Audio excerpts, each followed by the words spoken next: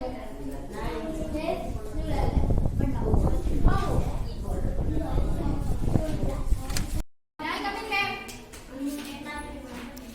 4 आंकड़ों का प्रबंधन। इसमें हम देखेंगे आंकड़ों का प्रबंधन करना है कि हमारे दैनिक जीवन में हमें जो सूचनाएं मिलती हैं उसमें शहरों का तापमान हो गया, चुनाव में डाले गए वोट हो गए, कई चीज़ों की जो संख्या है उनको और या उनके प्रश्नों के अंक जो प्राप्तांक होते हैं, ये सभी आंकड़े हैं। संख्याओं के रूप में एकत्रित सूचनाएं आंकड़े कहलाते हैं।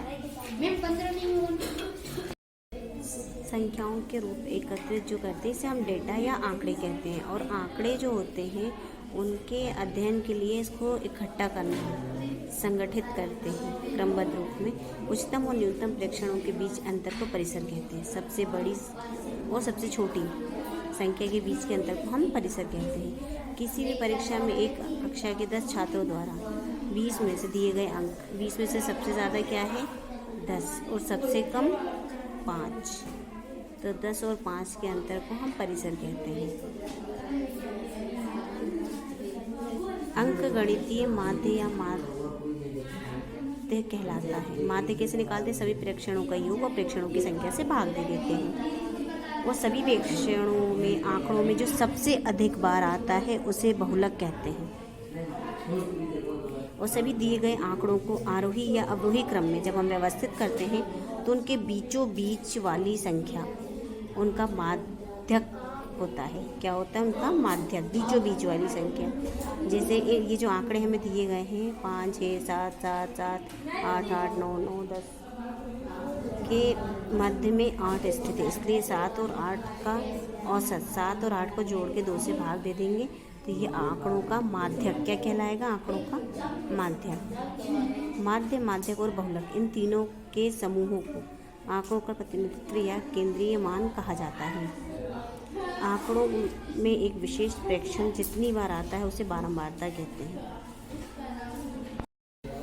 जब आंकड़े बड़े होते हैं तो समूह में व्यवस्थित किया जाता है तथा प्रत्येक समूह एक वर्ग अंतराल का वर्ग कहलाता है। जैसे 0, 10, 10, 20, 20, 30। फिर वर्ग अंतराल 10, 20 में 10 निम्न सीमा होती है और 20 जो है वो उच्च सीमा होती है। उच्च वर्ग सीमा और निम्न वर्ग सीमा का अंतर जो है वो वर्ग अंतराल की चौड़ाई या माप कहलाता है। दिए हुए आंकड़ों में प्रेक्षण अथवा वर्ग अंतराल की बारंबारता दर्शाने वाली सारणी बारंबारता बंटन सारणी कहलाती है। आंकड़ों को आयत चित्र के रूप में निरूपित किया जा सकता है। वर्ग अंतराल को क्षैतिज अक्ष पर दर्शाया जाता है। प्रत्येक दंड या आयत की ऊंचाई उस वर्ग अंतराल की बारंबारता दर्शाती है, परंतु दो दंडों के बीचों बीच कोई रिक्तता नहीं होती। हम आंकड़ों को दंड आलेख पाई चार्ट के माध्यम से दर्शाते हैं, जिनके बारे में हम इस अध्याय में अध्ययन करेंगे। अब हम अपनी गणित की पाठ्यपुस्तक आंकड़ों के प्रबंधन में सवाल करेंगे। पहला है, जब एक सिक्के को छाला जाता है जो चित्त प्राप्त करने की प्रायिकता होती है 1/2। चित्त एक ही बार आएगा तो उसकी संभव प्रायिकता 1 और कुल प्रायिकता होगी 2। तो संभव ऊपर रखा जाता है, कुल संभावना को नीचे रखते हैं तो 1/2। फिर जब एक पासे को फेंका जाता है तो 2 आने की प्रायिकता, 2 कितनी बार आएगा पासे में? 1 ही बार आएगा। तो संभव प्रायिकता 1 हो जाएगी और कुल प्रायिकता जो है वो 6 हो जाएगी। तो 1/6 संपूर्ण और उसके एक भाग को दर्शाने वाले आलेखीय निरूपण है पाई चार्ट। संकेतों का प्रयोग करते हुए आंकड़ों का चित्रीय निरूपण होगा चित्रालेख। दिए गए आंकड़ों का बहुलक है 9। जो सबसे ज़्यादा बार संख्या आती है उसे बहुलक कहते हैं। 5 एक थैले में 5 गेंदें लाल, 3 पीली। थैले के अंदर बिना देखे हमें लाल गेंद निकालने की प्रायिकता ज्ञात करनी है। तो एक थैले में कुल 5 लाल गेंदें हैं और 3 पीली। देखिए इस प्रश्न को हमारे पास कुल परिणाम कितने हो गए? 5 लाल और 3 पीली, मतलब कुल परिणाम हो गए हमारे 8, जिसे हम NS लिखेंगे 8। इसके बाद अनुकूल परिणाम जो है, हमें लाल निकालना है तो अनुकूल परिणाम हो जाएंगे 5 और प्रतिकूल परिणाम हो जाएंगे 3। तो लाल गेंद की प्रायिकता हो जाएगी अनुकूल परिणाम बटे कुल परिणाम। अनुकूल हो गए 5/8। अगला प्रश्न है, जब एक पासे को फेंका जाता है तो निम्नलिखित प्रत्येक घटना से प्राप्त होने वाले परिणामों की संख्या ज्ञात कीजिए। 5 से बड़ी संख्या। प्रायिकता का सूत्र होगा अनुकूल परिणाम बटे कुल परिणाम। 5 से बड़ी एक संख्या 6 एक ही बार आती है तो इसकी प्रायिकता होगी 1/6। 5 से बड़ी संख्या नहीं, 5 से बड़ी नहीं मतलब 5 संख्या हो जाएंगी जो 1 से 5 तक आती है, तो इसकी प्रायिकता हो जाएगी 5/6। सबसे छोटी अभाज्य संख्या, हम जानते हैं सबसे छोटी अभाज्य संख्या 2 होती है। 2 कितनी बार आता है? 1 बार, तो ये प्रायिकता हो जाएगी 1/6। सम संख्या, सम संख्या कितनी होती है? पासे में 3 होती है। दिए गए आंकड़े किसी राज्य के वार्षिक उत्पादन को दर्शाते हैं। ये हमें दिया हुआ है प्रश्न, इसमें कुल वार्षिक उत्पादन हमें दिया हुआ है। हम तीनों को जोड़ देंगे तो 2750 आए, गेहूँ का, शक्कर का और चावल का, तीनों को जोड़ देंगे तो ये 6750 टन आएगा कुल। फिर केंद्रीय कोण हमें दिखाना है, तो ये गेहूँ का हो जाएगा, गेहूँ की संख्या बटे कुल संख्या, गुणा हम कर देंगे 360, तो इसे भाग देंगे तो 11/27 गुणे 360 147 आ जाएगा डिग्री। फिर शक्कर का निकालेंगे, शक्कर की संख्या कुल संख्या गुणा कर देंगे हम 360 का, ये 133 डिग्री आ जाएगा। फिर चावल का निकालेंगे तो चावल की 1500 बटे कुल संख्या गुणा कर देंगे हम 360 का, तो ये आ जाएगा 80 डिग्री। फिर हम इसे पाई चार्ट के रूप में प्रदर्शित करेंगे। गेहूं का 147 डिग्री, चावल का 80 डिग्री और शक्कर का 133 डिग्री। इसके बाद अगला प्रश्न है, स्कूल जाने वाले साधन को पाई चार्ट में दर्शाया गया है। चार्ट देखें, तो भैया पाई चार्ट देखेंगे। पाई चार्ट के बाद हम देखेंगे कितने विद्यार्थी साइकिल से स्कूल जाते हैं। तो कुल विद्यार्थी हमारे पास है 672 और साइकिल से स्कूल जाने वाले विद्यार्थियों की संख्या हो जाएगी θ/360 डिग्री इंटू कुल संख्या, तो θ/90/360 इंटू 672 काट लेंगे और फिर उसके बाद गुणा कर देंगे, ये आएगा 168 डिग्री। फिर निकालेंगे बस से स्कूल जाने वाले विद्यार्थी, 120/360 गुणा कुल संख्या 672 काट के हम भाग देंगे तो ये जाएगा 224। फिर अगला प्रश्न दिए गए चार्ट में सिंचाई के निम्नलिखित तरीकों को दर्शाया गया। पाई चार्ट पढ़ें और निम्नलिखित प्रश्नों के उत्तर दीजिए। कितने प्रतिशत भूमि नहरों द्वारा सिंचित की जाती है? तो हम इसमें देखेंगे नहरों द्वारा 46% है, तो हम उत्तर लिखेंगे 46%। अगला प्रश्न है 17% भूमि किस माध्यम से सिंची जाती है? तो 17% टैंक द्वारा सिंची जाती है, इसका उत्तर होगा टैंक। तीसरा प्रश्न, ट्यूबवेल से सींची जाने वाली भूमि का प्रतिशत कितना है? तो ट्यूबवेल द्वारा सींची जाने वाली भूमि का प्रतिशत है 25%, तो इसका उत्तर हो जाएगा 25%। निम्न दंड आलेख में अलग अलग शैक्षिक वर्ष में कक्षा 8वीं के विद्यार्थियों की संख्या दर्शाई गई है।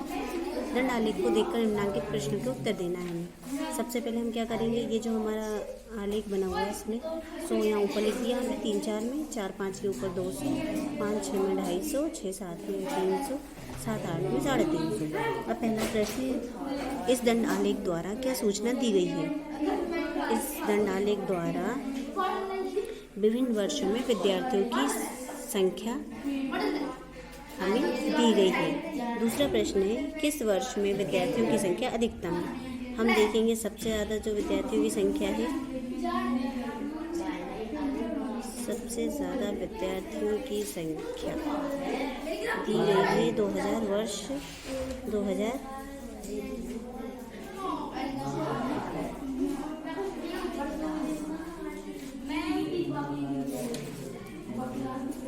बच्चों की जो संख्या अधिकतम हुई है ना, सबसे तेज़ी से बढ़ी है, वो 2004 और 5 में। फिर अगला प्रश्न हम देखेंगे, किस वर्ष में विद्यार्थियों की संख्या अधिकतम है? तो सबसे अधिकतम वर्ष विद्यार्थियों की संख्या है 2007-8 में 350।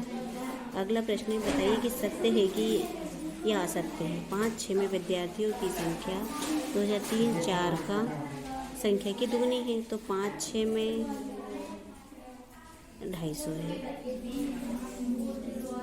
और 3-4 में 100 है, तो दुगनी कैसे हो गई? तो दुगनी से ज़्यादा है, तो ये हो जाएगा असत्य, इसका उत्तर हो जाएगा असत्य। अगला प्रश्न है 12, निम्न द्विदंड आलेख में 2 शैक्षिक वर्षों में एक विद्यार्थी द्वारा अलग अलग विषयों में प्राप्त किए गए अंक दिए गए हैं। द्विदंड आलेख को देखकर निम्नलिखित प्रश्नों के उत्तर दीजिए। ये हमने आलेख देख लिया, एक विद्यार्थियों द्वारा प्राप्त किए गए अंक दिए हैं हमें 10 से 80 तक, वर्ष 2005-6 और 6-7। गणित, सामाजिक विज्ञान, विज्ञान, गणित और हिंदी। पहला प्रश्न है, दिए गए आलेख द्वारा क्या सूचना दी गई है? तो इस आलेख द्वारा हमें विद्यार्थियों द्वारा प्राप्त किए गए अंकों की सूचना दी गई है। अगला प्रश्न होगा, किस वर्ष में विद्यार्थियों के प्रदर्शन में सबसे अधिक सुधार हुआ है? तो हमने देखा किस वर्ष हुई है सबसे ज़्यादा अंकों में सुधार? गणित में। किस अंक में हुआ है? गणित विषय में। किस विषय में? तो गणित विषय में। किस विषय में प्रदर्शन में गिरावट आई है? अंग्रेजी विषय के प्रदर्शन में गिरावट आई है। अगला प्रश्न, किस विषय में प्रदर्शन में समान रहा है? तो हिंदी। हिंदी विषय का जो प्रदर्शन है वो समान रहा है। अगला 13 प्रश्न है, किस छात्रावास में विभिन्न भाषाएं बोलने वाले विद्यार्थियों की संख्या नीचे दी गई आंकड़ों को एक पाई चार्ट द्वारा प्रदर्शित करना है। तो हमें भाषा दी है और विद्यार्थियों की संख्या दी है। हिंदी में 40, अंग्रेजी 25, मराठी 15, तमिल 10, योग 90। कुल योग हमारा 90 हो गया। सबको जोड़ लेंगे 90 आ जाएगा। केंद्रीय कोण निकालना हमें, तो हिंदी का निकालेंगे हम θ/90 नहीं, जो संख्या है बटे कुल इंटू थीटा। तो ये 40/90 किया हमने, 4/9 है, थीटा का मल्टीप्लाई कर 360 का मल्टीप्लाई कर देंगे तो ये 160 आ जाएगा। फिर अंग्रेजी का 25/90 जो 5/18 आएगा गुणा 360 करेंगे तो ये 100 आएगा। फिर मराठी 15/90 बराबर 1/6 आएगा, जिसका गुणा करेंगे 360 में तो ये आ जाएगा 60। तमिल 100/10/90 जो 1/9 आएगा, इसमें हम 360 का मल्टीप्लाई करेंगे, गुणा करेंगे तो ये 40 आ जाएगा। अब हम ये पाई चार्ट बनाएंगे। तमिल 40%, मराठी 60%, अंग्रेजी 100% और हिंदी 160%। प्रश्न नंबर 14 है, दी गई सारणी में किस राज्य के खाद्यान्न उत्पादन को दर्शाया गया है? आंकड़ों को दंडालेख में दर्शाना है। वर्ष दिया है 1, 2, 3, 4, 5 और हमें उत्पादन दिया है लाख टनों में 45, 48, 60, 62 और 80। अब हम ये आलेख बनाएंगे जिसमें हमने 20, 40, 60 और 80 हम 20-20 के गैप से बनाएंगे। उत्पादन है जो वाई अक्ष पे लिया है हमने और एक्स अक्ष पे हमने ये एक्स अक्ष लिखा है। वर्ष बनाए 2001, 2, 3, 4 और 5। इसके ऊपर 1 में कितना था 45 लिख दिया हमने, 2 में 48, 3 में 60 और 4 में 62, 5 में 86। ये हमारा हो गया दंड आलेख। अगला प्रश्न है, किसी स्कूल के विद्यार्थियों द्वारा पसंद किए जाने वाले आइसक्रीम की महक स्वाद दिया गया है। इन आंकड़ों को एक पाई चार्ट के रूप में निरूपित करना है। हमें महक दी हुई है और चॉकलेट को 50% बच्चे पसंद करते हैं, वनीला को 25%, अन्य प्रकार को 25%। कुल प्रतिशत है हमारा 100। केंद्रीय कोण बनाएंगे हम, चॉकलेट 50/100 जो 1/2 आएगा उसका गुणांक 360 में करेंगे, ये 180 आ जाएगा।